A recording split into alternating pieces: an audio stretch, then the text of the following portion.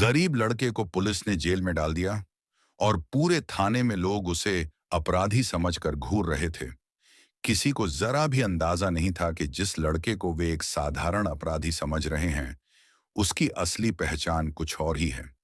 उस दिन थाने में ऐसा तूफान आने वाला था जो पूरे शहर को हिला देने वाला था।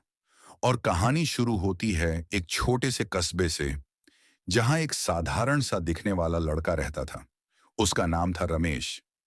रमेश का चेहरा बिल्कुल शांत था, आंखों में आत्मविश्वास था और उसके चेहरे पर एक अजीब सी मुस्कान रहती थी।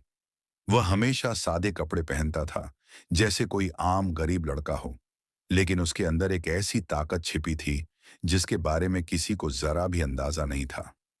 उस दिन शाम का समय था। बाजार में बहुत भीड़ थी। लोग अपने अपने काम में लगे हुए थे। तभी अचानक एक लड़की जोर जोर से चिल्लाने लगी, चोर! चोर! इस लड़के ने मेरा बैग छीन लिया। भीड़ एकदम से रुक गई।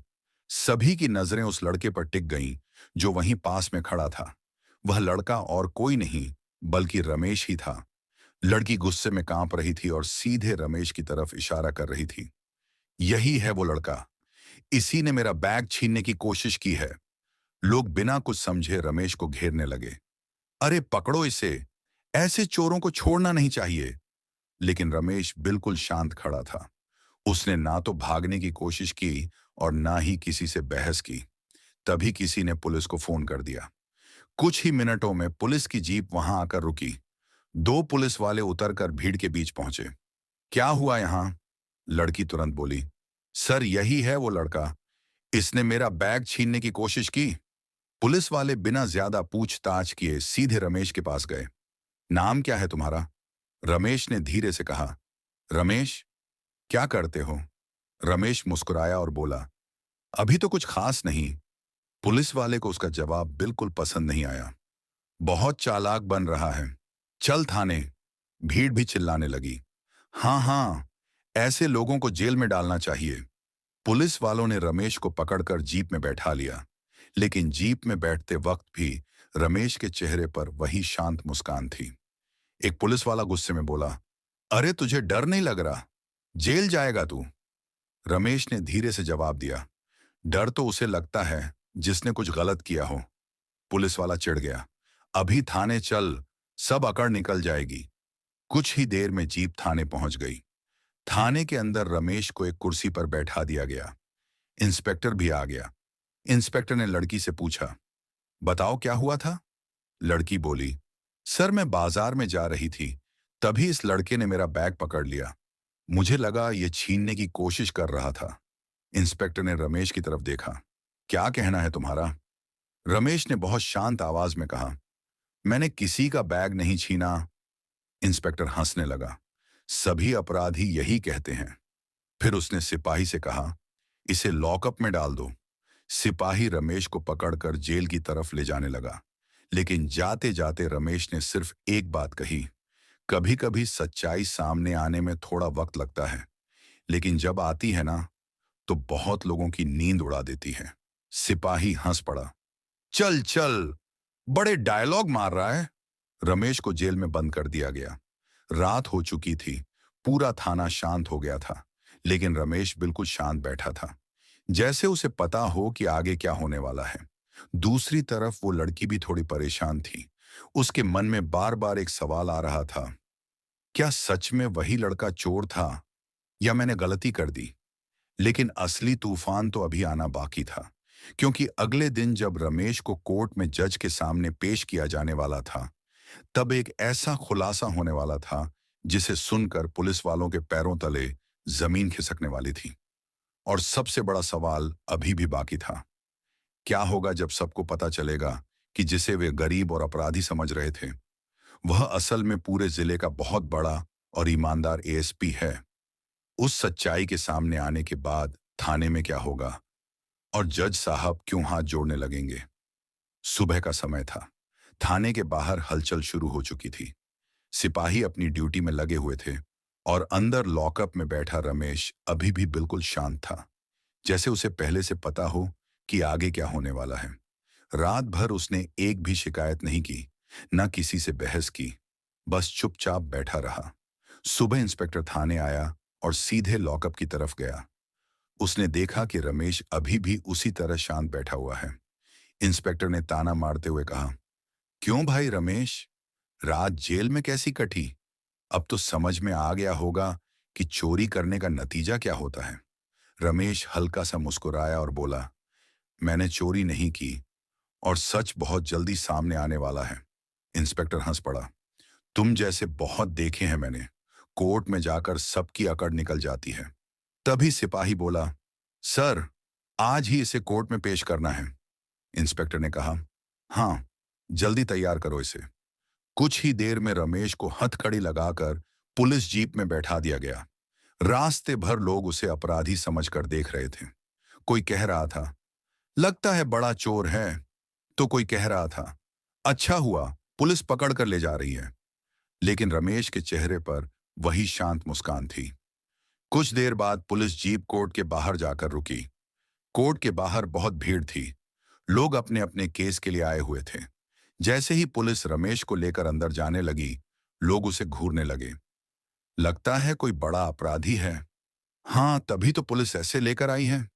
रमेश ने किसी की तरफ ध्यान नहीं दिया। उसे सीधे कोर्ट रूम में ले जाया गया। अंदर जज साहब अपनी कुर्सी पर बैठे हुए थे। सामने वकील, पुलिस वाले और कई लोग मौजूद थे। इंस्पेक्टर ने जोर से कहा, माय लॉर्ड, ये वही लड़का है जिसने कल बाजार में एक लड़की का बैग छीनने की कोशिश की थी। जज ने रमेश की तरफ देखा। तुम्हारा नाम क्या है? रमेश ने शांत आवाज में कहा, रमेश, क्या तुमने सच में चोरी की है? रमेश ने सिर उठाकर जज की तरफ देखा और बोला, नहीं, मैंने कोई चोरी नहीं की। कोर्ट में हल्की हलचल होने लगी। लड़की भी वहीं खड़ी थी जिसने आरोप लगाया था। वह थोड़ा घबराई हुई लग रही थी। जज ने इंस्पेक्टर से कहा, क्या आपके पास कोई सबूत है? इंस्पेक्टर बोला, सर, लड़की ने खुद देखा है और भीड़ भी थी।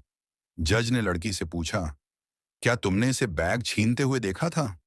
लड़की थोड़ी घबराई और बोली, सर, मुझे लगा था कि यह मेरा बैग छीन रहा है। कोर्ट में फिर से हलचल हो गई। जज ने रमेश की तरफ देखा, तुम कुछ कहना चाहते हो? रमेश ने बहुत शांत स्वर में कहा, सच्चाई अभी सामने आ जाएगी। इतने में अचानक कोर्ट के बाहर हलचल होने लगी। कई पुलिस गाड़ियां आकर रुकीं। कोर्ट के अंदर बैठे लोग एक दूसरे को देखने लगे। एक सिपाही दौड़ता हुआ अंदर आया और इंस्पेक्टर के कान में कुछ कहा। यह सुनते ही इंस्पेक्टर का चेहरा पीला पड़ गया। उसके हाथ कांपने लगे। जज ने पूछा, क्या हुआ? इंस्पेक्टर हकलाते हुए बोला, सर, बाहर बाहर पूरे जिले के बड़े अधिकारी आए हैं। तभी कोर्ट के दरवाजे खुले। अंदर पूरे जिले के कई बड़े पुलिस अधिकारी अंदर आए। सभी सीधे रमेश की तरफ देखने लगे। कोर्ट में सन्नाटा छा गया। इंस्पेक्टर का गला सूख गया, क्योंकि अब जो होने वाला था उसकी उसने कभी कल्पना भी नहीं की थी। और अगले ही पल ऐसी सच्चाई सामने आने वाली थी जिससे पुलिस वालों के पैरों तले जमीन खिसकने वाली थी। आखिर कौन था रमेश? क्यों इतने बड़े अधिकारी अचानक कोर्ट पहुंच गए? और जब जज को रमेश की असली पहचान पता चलेगी, तब क्या होगा? कोर्ट के दरवाजे खुलते ही अंदर एक साथ कई पुलिस अधिकारी दाखिल हुए। उनकी वर्दी चमक रही थी और उनके चेहरे पर गंभीरता साफ दिखाई दे रही थी। पूरा कोर्ट रूम अचानक शांत हो गया। सभी लोग हैरानी से उन्हें देखने लगे। इंस्पेक्टर का चेहरा पीला पड़ चुका था। उसके हाथ हल्के हल्के कांप रहे थे। उसे समझ नहीं आ रहा था कि इतने बड़े अधिकारी अचानक यहां क्यों आए हैं। जज साहब भी थोड़े चौंक गए और उन्होंने कुर्सी से थोड़ा आगे झुककर पूछा, क्या बात है, आप लोग अचानक कोर्ट में कैसे? तभी उन अधिकारियों में से एक सीनियर अधिकारी आगे बढ़े और सीधे रमेश के सामने आकर खड़े हो गए। फिर जो हुआ उसे देखकर कोर्ट में बैठे हर इंसान की सांस रुक गई। उस अधिकारी ने अचानक रमेश को सलाम ठोक दिया। पूरा कोर्ट रूम सन्न रह गया। इंस्पेक्टर की आंखें फैल गईं। सिपाहियों के चेहरे पर पसीना आ गया। जज साहब भी हैरानी से यह सब देख रहे थे। वह अधिकारी जोर से बोले, सैल्यूट सर। ये सुनते ही कोर्ट में बैठे लोगों के बीच फुसफुसाहट शुरू हो गई। इंस्पेक्टर का गला सूख गया। उसने कांपती आवाज में पूछा, सर, आप आप इन्हें सलाम क्यों कर रहे हैं? तभी वह अधिकारी बोले, तुम्हें पता भी है तुमने किसे गिरफ्तार कर लिया है? इंस्पेक्टर डर गया और बोला, सर, यह तो एक गरीब लड़का है। इस पर चोरी का आरोप है। अधिकारी की आवाज अचानक सख्त हो गई। उन्होंने कहा, यह कोई साधारण लड़का नहीं है। यह हमारे जिले के सबसे ईमानदार और बहादुर अधिकारी एसपी रमेश कुमार हैं। जैसे ही यह शब्द कोर्ट में गूंजे, पूरा माहौल हिल गया। इंस्पेक्टर के पैरों तले जमीन खिसक गई। उसके हाथ से फाइल गिर गई। सिपाही एक दूसरे का चेहरा देखने लगे। लड़की की आंखें भी आश्चर्य से फैल गईं। जज साहब भी एक पल के लिए चुप रह गए। उन्हें यकीन ही नहीं हुआ कि जिसे अपराधी बनाकर कोर्ट में लाया गया है, वह असल में पूरे जिले का एसपी है। जज साहब तुरंत अपनी कुर्सी से खड़े हो गए। उन्होंने रमेश की तरफ देखा और उनके चेहरे पर शर्म साफ दिखाई दे रही थी। उन्होंने दोनों हाथ जोड़ते हुए कहा, मुझे माफ कीजिए एसपी साहब, हमें आपकी असली पहचान नहीं पता थी। इंस्पेक्टर तो डर के मारे लगभग कांप ही रहा था। वह तुरंत रमेश के पास आया और हाथ जोड़कर बोला, सर, मुझसे बहुत बड़ी गलती हो गई, मुझे माफ कर दीजिए। बाकी पुलिस वाले भी सिर झुकाकर खड़े हो गए। कोर्ट में बैठे लोग हैरान थे कि जो लड़का कल तक गरीब और अपराधी समझा जा रहा था, वह असल में इतना बड़ा अधिकारी निकला। लेकिन सबसे ज्यादा शर्म उस लड़की को आ रही थी जिसने रमेश पर आरोप लगाया था। उसकी आंखों में आंसू आ गए। उसने कांपती आवाज में कहा, सर, मुझे माफ कर दीजिए, मैंने आपको गलत समझ लिया। रमेश अब भी शांत खड़े थे। उनके चेहरे पर कोई गुस्सा नहीं था। उन्होंने धीरे से कहा, गलती इंसान से ही होती है, लेकिन उससे सीख लेना जरूरी होता है। जज साहब ने तुरंत आदेश दिया, रमेश जी को तुरंत रिहा किया जाए और उनके साथ जो भी गलत हुआ है उसकी जांच की जाए। पूरे कोर्ट में अब माहौल बदल चुका था। जो लोग कुछ देर पहले रमेश को अपराधी समझ रहे थे, वही अब उन्हें सम्मान से देख रहे थे। लेकिन असली सच्चाई अभी भी पूरी तरह सामने नहीं आई थी, क्योंकि रमेश ने जानबूझकर अपनी पहचान छिपाई थी। आखिर क्यों उन्होंने ऐसा किया? क्या वह किसी बड़े मिशन पर थे? और उस लड़की की जिंदगी अब कैसे बदलने वाली थी जिसने उन्हें चोर समझ लिया था? इन सवालों का जवाब अभी बाकी था। कोर्ट में सच्चाई सामने आने के बाद माहौल पूरी तरह बदल चुका था। कुछ देर पहले तक जिस रमेश को लोग एक गरीब और अपराधी समझ रहे थे, वही अब सबके सामने पूरे जिले के सम्मानित एसपी रमेश कुमार बनकर खड़े थे। जज साहब भी हाथ जोड़कर माफी मांग चुके थे और पुलिस वाले शर्म से सिर झुकाए खड़े थे। इंस्पेक्टर की हालत सबसे ज्यादा खराब थी। वह धीरे धीरे रमेश के पास आया और कांपती आवाज में बोला, सर, मुझसे बहुत बड़ी गलती हो गई। मैंने बिना पूरी जांच किए आपको गिरफ्तार कर लिया। मुझे माफ कर दीजिए। रमेश ने उसकी तरफ देखा। उनके चेहरे पर गुस्सा नहीं था, बल्कि एक गंभीर शांति थी। उन्होंने कहा, इंस्पेक्टर साहब, गलती तो हो गई, लेकिन असली सवाल यह है कि आपने बिना सच जाने किसी को अपराधी क्यों मान लिया? कोर्ट में बैठे सभी लोग चुप हो गए। रमेश आगे बोले, अगर आज मेरी जगह कोई सच में गरीब और बेबस लड़का होता, तो शायद उसकी जिंदगी हमेशा के लिए खराब हो जाती। इंस्पेक्टर के सिर और भी झुक गया। तभी वह लड़की भी धीरे धीरे रमेश के पास आई। उसकी आंखों में आंसू थे। उसने रोते हुए कहा, सर, मैंने भी बिना सोचे समझे आपको चोर समझ लिया। मुझे बहुत पछतावा हो रहा है। कृपया मुझे माफ कर दीजिए। रमेश ने उसकी तरफ देखा और बहुत शांत स्वर में कहा, बेटी, जिंदगी में सबसे बड़ी गलती तब होती है जब हम किसी को उसके कपड़ों और हालत से पहचानने लगते हैं।